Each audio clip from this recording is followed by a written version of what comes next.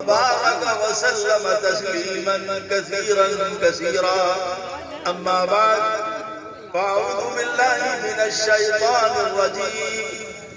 بسم الله الرحمن الرحيم. إنما يعمر مساجد الله من آمن بالله واليوم الآخر وأقام الصلاة وآتى الزكاة ولم يخش إلا الله. آمنت بالله صدق اللہ العظیم.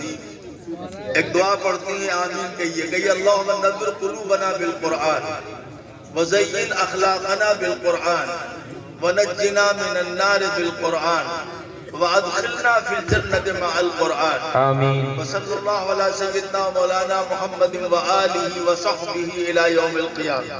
بزرگوں اور دوستوں، میرے دینی بھائیوں، 1:45 ہے. اب صرف دعا ہونی اور کوئی دوسرا کام نہیں ہونا ہے. تقریریں بھی آپ نے سن لی اور راہی صاحب نے آپ کو راہ بھی دکھلا دیا ہے کہ چندہ کہاں دینا ہو، کتنا دینا ہو، کیسے دینا ہے. اور صرف اب دعا ہونی. یہ قرآن کی میں نے ایک آیت پڑھی ہے، اس کو پڑھ کے دعا کرا دیتے.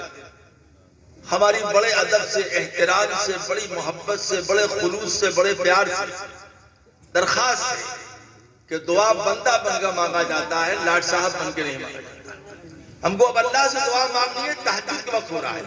میری سب سے پہلی درخواست آپ سے بڑے ادب احترام سے کہ آپ مجلس کو سنت کے مطابق کر لیں. اپنی کرسیاں تھوڑا قریب قریب میں لے کے آ جائیں. جس کرسیوں میں آپ بیٹھے ہیں بالکل سٹا لیں آگے بچوں سے، جلدی سے آ جائیں. اس کو جگہ کو بھر لیں، ادھر آ جائیں، جگہ کو بھر لیں، اس کو سنت کے مطابق بھر جائیں تاکہ شیطان کو موقع نہیں ملے کچھ کہنے کا، بیٹھ جائیں. ہم یہ نہیں کہتے کہ آپ بچوں کو ہٹائیں، بلکہ یہ سنت کے مطابق اور آگے آ جائیں، اور آگے آ جائیں، یہاں تک آ جائے تاکہ آگے آ جائے. اس طریقے سے بھر لیں گے، جگہ خالی نہ رہے، کسی کو موقع نہیں ملے، جلدی آ جائے.